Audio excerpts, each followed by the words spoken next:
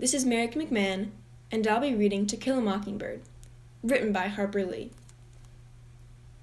When he was nearly 13, my brother Jem got his arm badly broken at the elbow. When it healed, and Jem's fears of never being able to play football were assuaged, he was seldom self-conscious about his injury. His left arm was somewhat shorter than his right. When he stood or walked, the back of his hand was at right angles to his body, his thumb parallel to his thigh. He couldn't have cared less, so long as he could pass and punt. When enough years had gone by to enable us to look back on them, we sometimes discussed the events leading to his accident. I maintained that the Ewell started it all, but Jem, who was 4 years my senior, said it started long before that. He said it began the summer Dill came to us, when Dill first gave us the idea of making Boo Radley come out. I said, if you wanted to take a broad view of the thing, it really began with Andrew Jackson.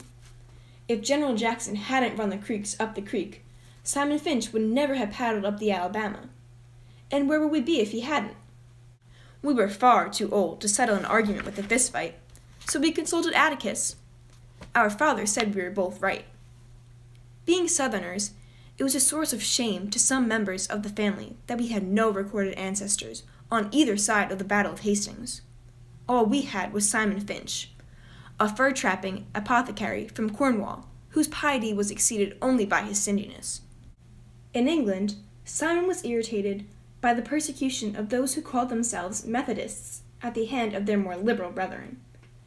And as Simon called himself a Methodist, he worked his way across the Atlantic to Philadelphia, thence to Jamaica, thence to Mobile, and up the St. Stephen's.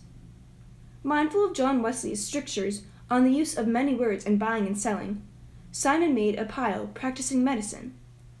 But in this pursuit he was unhappy, lest he be tempted into doing what he knew was not for the glory of God, as the putting on of gold and costly apparel.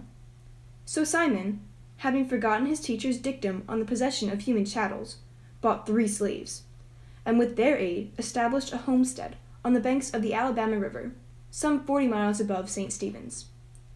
He returned to St. Stephen's only once to find a wife, and with her established a line that ran high to daughters. Simon lived to an impressive age and died rich. It was customary for the men in the family to remain on Simon's homestead, Finch's Landing, and make their living from cotton. The place was self-sufficient, modest in comparison with the empires around it. The landing, nevertheless, produced everything required to sustain life, except ice, wheat flour, and articles of clothing, supplied by riverboats from Mobile.